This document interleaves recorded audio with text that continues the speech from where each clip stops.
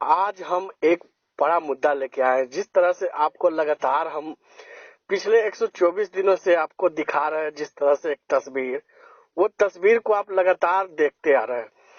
जिस तरह से पिछले कुछ दिन पहले, यानी कि कहिए 2 दिन पहले, आईपी गुप्ता जी एक हाको रथ हम पान का आंदोलन लगातार करते आ रहे हैं, लेकिन हाको रथ हम पान के लेकर के वो मुंगेर में एक बड़ी सभा कर रहे थे। लाखों लोग की भीड़ थी। जब मंच पे आए आईपी गुप्ता, तो उन्होंने 2 सवाल नीतीश कुमार को लेकर के दागे। उन्होंने साफ तौर पे कहा कि जब हमें आरक्षण अगर नहीं मिलेगी तो हमें छीनना भी आते हैं। क्या है मामला, वो तो हम आपको बताएंगे, लेकिन जिस तरह से हम आपको बता दें कि मुंगेर की धरती पर जब आईपी गुप्ता पहुंचे, तो वहां के जिला अध्यक्ष श्वेता जी ने उन्हें काफी सम्मानित किया और काफी अच्छा उन्हें भी लगा। लेकिन एक बात और है जो कि हम आपको बता देना चाहते हैं। जिस तरह से आईपी गुप्ता जब मंच पे चढ़े, तो आधा भाषण जब उनका खत्म हो गया, तो एकाएक आईपी गुप्ता का तबीयत बिगड़ी। तबीयत बिगड़ने के बाद श्वेता झा जो है वहां के नागरिक है, और उन्होंने तुरंत हॉस्पिटल फोन किया, डॉक्टर को बुलाया और उन्हें हॉस्पिटल भर्ती किया। हमारे साथ वो महिला जुड़ चुकी है, हम उनसे ही जानने का प्रयास करते हैं। मैम, सबसे पहले तो आपका स्वागत है। जिस तरह से आपने आईपी गुप्ता को जब से मंच पे चढ़े थे, उस टाइम से लेके अंतिम तक आप वहीं पे थे। जब आईपी गुप्ता का तबीयत खराब हुआ, तो वहां पे मैं भी मौजूद हूँ। तो आपको हम देखे कि भावुक हो गए और रोने लगे, और भाई आप मानते हैं। तो क्या अभी आप कहा ये बता सकते हैं कि आईपी गुप्ता जी का तबीयत अब कैसा है? जी बिल्कुल जी। सबसे पहले आपको धन्यवाद जी। और आपने सही कहा।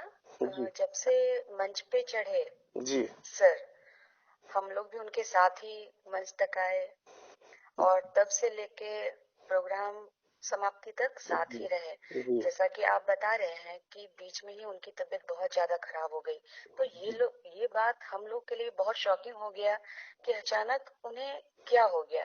एक शेर की दहाड़ लगाने वाले अचानक वो अपने आप को इतना कमजोर महसूस करने लगे कि ये मुझे क्या, ये उनका ये बयान कि मुझे बहुत अफसोस हो रहा है कि आज मैं बोलने में असमर्थ हूँ, ये सुनते ही हमारे रोंगटे खड़े हो गए जी।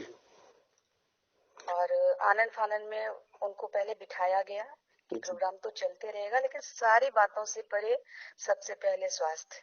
जी। तो मैं यहीं पे मौजूद था जब हम जब गुप्ता जी के लिए आपने कुर्सी जब मंगवाई, कुर्सी पे बैठे तो वो सीना पकड़ लिए, और हमने भी वहां पे रिकॉर्डिंग कर रहे थे, खबर बना रहे थे, हमने भी कैमरा ऑफ करके हम भी तुरंत दौड़े। लेकिन जब देखा कि ज्यादा तबीयत खराब है, तो आपने तुरंत आनंद फानन में कॉल किया, और उसके बाद आपने डॉक्टर की टीम भी तुरंत बुला ली। हाँ, क्योंकि उस समय लगा कि सबसे पहले एडमिट इनका होना बहुत जरूरी है या फिर डॉक्टर के कंसल्ट में जाना बहुत जरूरी, क्योंकि हम लोग भी नहीं समझ पा रहे थे कि अचानक हुआ क्या। जी।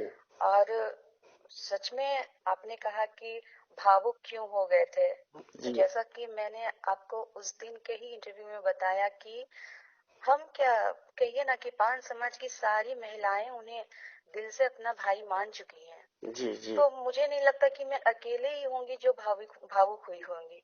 मुझे लगता हर महिला तो छोड़ दीजिए, पुरुष भी जितने मौजूद थे लगभग लोगों की आंखें नम हो चुकी थी, क्योंकि हम लोग उनको दिल से भाई तो भाई भगवान ही लोग समझिए कि मानने लगे हैं। तो आप कहिए कि हमारे भगवान अगर लड़खड़ाने लगे तो किस भक्त का, किस भाई का, किस बहन की आंखें नम ना होंगी। जी। उस समय मैडम आपको थोड़ा मना अंदर से डर लग रहा था कि, क्योंकि जिस तरह से आपका क्षेत्र था मुंगेर, आपका क्षेत्र था, और मुंगेर की धरती पर आईपी गुप्ता पहुंचे थे, सभा को संबोधित कर रहे थे, उस समय आपको कैसा अंदर से फील हो रहा था? बहुत ज्यादा घबराहट भी हो रही थी कि अगर ऐसा होता है तो ये हमारे लिए बहुत शर्म की बात होगी। जी जी। और बहुत बड़ी जिम्मेवारी भी थी। जी। तो बहुत सारी बातें ख्याल में आ रही थी। फिर लग रहा था कि ये खुद से ही तबीयत खराब हो गया या किसी की साजिश थी। ऐसे तो गलत हम किसी को टारगेट नहीं करना चाहते, नेगेटिव हम किसी के प्रति, क्योंकि सबसे पहले तो स्वास्थ्य है जो कि कभी किसी का भी खराब हो सकता है। तो हम लोग पहले पॉजिटिव क्यों ना सोचे, क्यों किसी के विरुद्ध गलत सोचे। तो बहुत सारी बातें आ रही थी मन में, लेकिन धैर्य रखे, सब चीज को देखे समझे, और हमारी सारी टीम ने मिलके बहुत सहयोग से उनको संभाला। फिर उन्हें एडमिट कराया और उनके घर तक उन्हें पहुंचाया। मैडम, हम यहाँ तक के देख रहे थे, हमें भी थोड़ा देर के लिए डर लगने लगा, क्योंकि हम साथ में गुप्ता जी के साथ में पिछले 124 दिन से हम भी साथ में हैं, लेकिन नौमा कार्यक्रम था, सारा कार्यक्रम कवर कर रहे थे, कहीं कुछ नहीं हुआ। लेकिन जब हमने देखा मैम मुंगेर की धरती पर उस तरह से, तो हम भी शौक हो गए, ये सर को क्या हुआ। हमने भी वहाँ के लोकल जो जितने भी लोग थे उनसे हम हेल्प मांगा, और आप तो थे ही, तो आपको भी बताया गया। लेकिन अभी स्वास्थ्य उनका कैसा है मैम? आप लगातार उनके आवास पे जाकर के देख रहे हैं, आपके तस्वीर भी कुछ हमने देखा, आप लगातार उनके आवास पे जा करके 24 घंटा के वितराल में, मतलब 20 घंटा से 10 घंटा तक उनके साथ में रहते हैं। कैसा तबीयत है अभी? अभी उनकी तबीयत के बारे में सबसे पहले बता दूं कि वो कल ही हम लोग उनसे मिलने गए थे जी।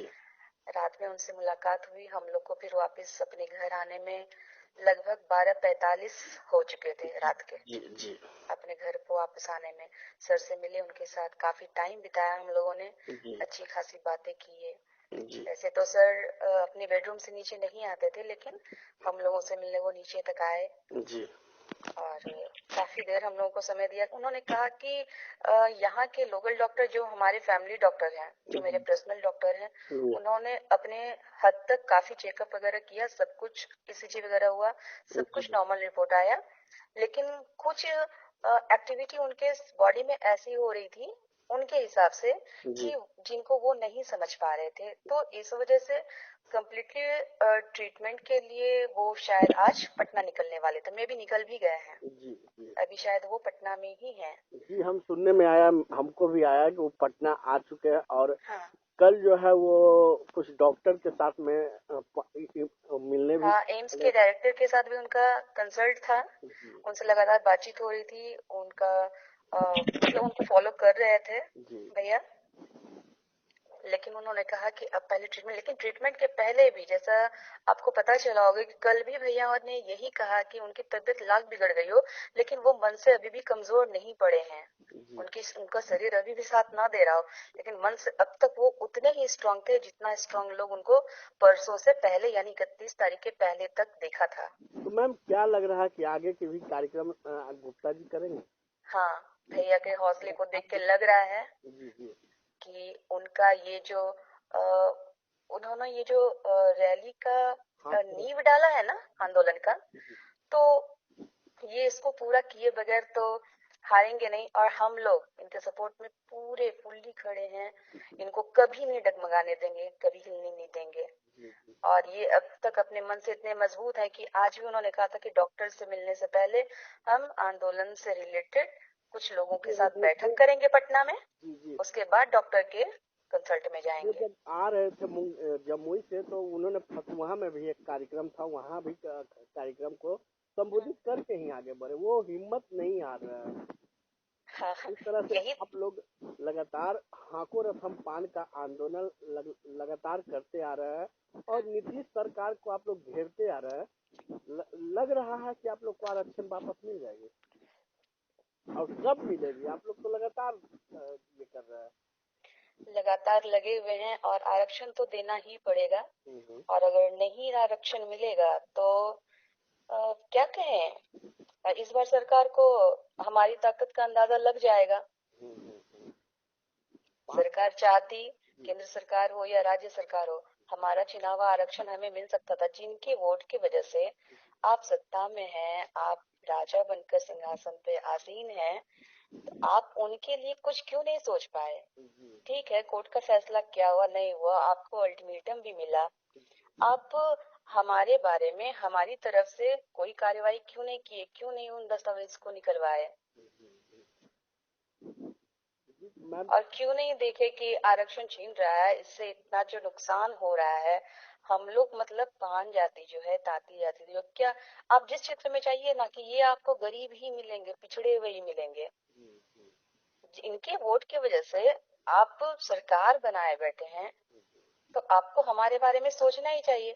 और जो कह रहे हैं कि अगर नहीं मिला अब तक, क्यों नहीं मिला, तो अगर आरक्षण नहीं मिलता है तो इस बार उन्हें ताती समाज की ताकत का अंदाजा लग जाएगा। यानी कि 2024 के चुनाव में उन्हें अब पान समाज के तरफ से उनको देखिए, हम अगर अपनी सत्ता नहीं बना सकते ना सरकार, तो किसी को हराने की शक्ति तो जरूर रखने लगे हैं अब, इस हाको रथ पान है के आंदोलन के बाद से। का जाति और समर्थक लोग जो है काफी ज्यादा संख्या में है। सॉरी, आपकी आवाज थोड़ा क्लियर नहीं आ रही है। जी जी, हम ये कहना चाहते हैं क्योंकि 2025 के चुनाव में नीतीश कुमार को थोड़ा भुगतना भी पड़ेगा, क्योंकि जिस तरह से आप लोग की संख्या काफी ज्यादा है, पान समाज ताती तकरा के काफी ज्यादा संख्या है, तो उस समय नीतीश कुमार को चुनाव में भुगतना भी पड़ेगा।